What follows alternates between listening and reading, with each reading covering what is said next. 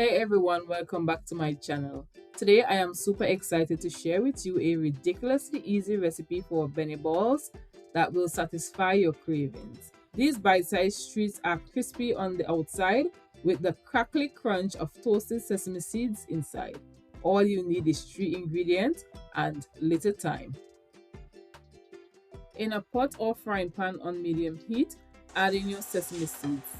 We are going to toast these by mixing them consistently for about 9 to 10 minutes, allowing the natural oils from the seeds to release. Then they will begin looking shiny, then not long after, lightly golden and crisp. What do you call these little treats in your country? Comment in the comment section and let me know, because a lot of different islands and countries call this treat different names. I would love to know what they call them in your country. In Trinidad and Tobago, we call these Benne balls. Over the years, as Benne seeds have become more extinct, sesame seeds have taken over as a substitute. Benne seeds are the ancestors of sesame seeds, just a different variety. The original Benne seeds are slightly smaller and they are darker with deeper flavor. 7 minutes into the patching, grate in some fresh nutmeg. The oils from the sesame seeds will infuse with the oils of the nutmeg, which gives the Benne ball that distinct flavor between the toasted sesame seeds and the caramelized sugar. There's an aftertaste that you get, and that is from the nutmeg. 1 minute after adding the nutmeg, remove the pan from the heat. You don't want the sesame seeds to get too dark because they get a slightly bitter taste.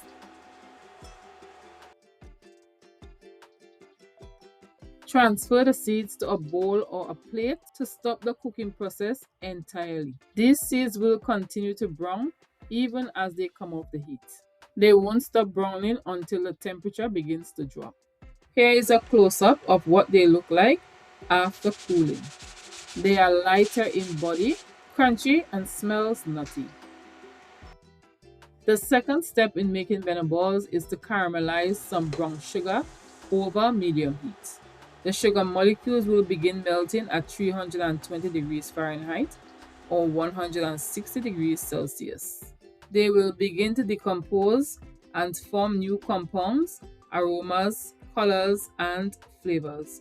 Once it gets to smoke point, that's when you want to start mixing. You don't want to get it too dark, and you want to stay right by the stove and consistently stir, because this can happen very fast. Water will evaporate from the sugar crystals, making it more dense, but eventually you will get something that is nice and smooth. As soon as it becomes smooth and runny like this, you want to make sure that you get a very smooth, fast drip like this, and then you want to add the sesame seeds. Just before adding the sesame seeds, you want to make sure that you turn down the heat very low, because you are simply folding in the sesame seeds. You can even use the residual heat to do this.